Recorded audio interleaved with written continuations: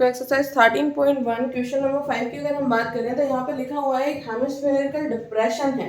और जब हम हेमिस्फेरिकल डिप्रेशन की बात करेंगे तो नीचे की तरफ डिप्रेस होना यानी कि वैसे कि हम साइकोलॉजिकल टर्म्स में देखें या फिर मेडिकल टर्म्स में तो डिप्रेस होना यानी कि थोड़ा सा कम वो वीक सा फील करना, बुरा फील करना। ऐसे ही जब हम इस मैथमेटिकल डिप्रेशन की बात कर रहे हैं यानी नीचे की तरफ, तो एक उभार कटा हुआ है, हेमिस्फीयर शेप कटा हुआ है नीचे की तरफ क्यूब में। तो क्यूब में से उस डिप्रेशन को यानी कि उस शेप को निकाल लिया गया है, वो शेप उसमें बना लिया गया है कुछ इस तरीके से कि जो डायमीटर एल है कुछ इस तरीके से उन्होंने उसको बनाया है कि ये जो डायमीटर है ना, ये क्यूब बनाया हुआ है मैंने पहले से, इसका जो डायमीटर है वो इसकी एज के बराबर है यानी कि एल।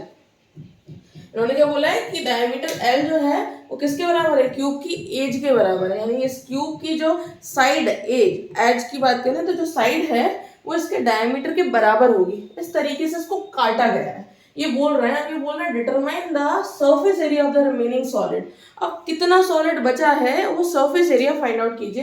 तो बहुत ही आसान सवाल है। पहली चीज तो डायमीटर क्योंकि हमें एल दिया हुआ है तो रेडियस हो गई हमारी, होगी L/2। अब हमें टोटल सरफेस एरिया निकालना है तो सीधी सी बात है, जब क्यूब के सरफेस एरिया की बात करेंगे तो 6 इंटू साइड का स्क्वायर प्लस हम बात करेंगे हेमिस्फीयर के सरफेस एरिया की तो वो हो जाएगा 2πr²। सही बात है भाई, क्योंकि अगर हम हेमिस्फीयर का सरफेस एरिया लेंगे और इस क्यूब का सरफेस एरिया लेंगे तभी तो हमें टोटल सरफेस एरिया मिलेगा। लेकिन यहाँ पे कंडीशन ये है कि हमने क्यूब का सरफेस एरिया भी ले लिया और हेमिस्फीयर डिप्रेशन जो उसमें से कटा हुआ है उसका भी सरफेस एरिया ले लिया। बट अगेन ये इस तरीके से काटा गया है कि इसका जो फेस है, इसका क्यूब का फेस, उस पर ये लाई कर रहा है। क्या लाई कर रहा है, हेमिस्फीयर का बेस एरिया। तो अगेन जैसे कि हमने एक प्रीवियस क्वेश्चन किया हुआ था उसी तरीके से यहाँ पर भी है कि हमने क्यूब के सारे फेसेस जो है उनका सरफेस एरिया इसके थ्रू निकाल लिया है 6a²।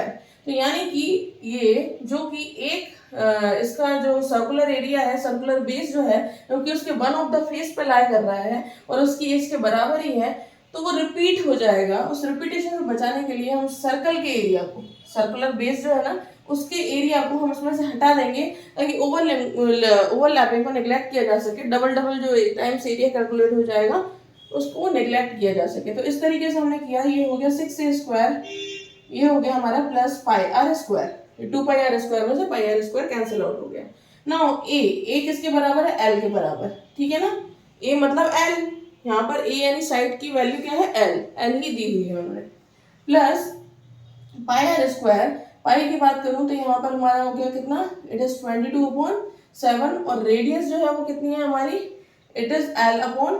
तो हम इसको पाई की वैल्यू ना पुट करके पाई को इसी फॉर्म में रहने देते हैं नॉर्मली पाई के फॉर्म में। तो ये हमने पाई को पाई लिखा रहने दिया और ये L/2 का क्या हो गया, स्क्वायर हो गया। नाउ 6L² प्लस πL²/4 हो गया ये। ठीक है ना। और जब हम इसको फर्दर सॉल्व करेंगे तो it is what, it is 24L² plus πL²/, यहाँ पर ये जो है ये पूरा का पूरा क्या आ गया, 4 आ गया जब हम इसको सॉल्व करेंगे ना। अब चाहे तो हम इसको इस तरीके से भी कर सकते थे, इसकी वैल्यू लेकर पुट कर सकते थे। अब यहाँ पर हम क्या करेंगे, एल हमारे यहाँ से कॉमन निकल जाएगा बाहर तो ये हो जाएगा 24 + π/4। इस तरीके से फिर हम इस आंसर को और सिंप्लीफाई कर सकते हैं।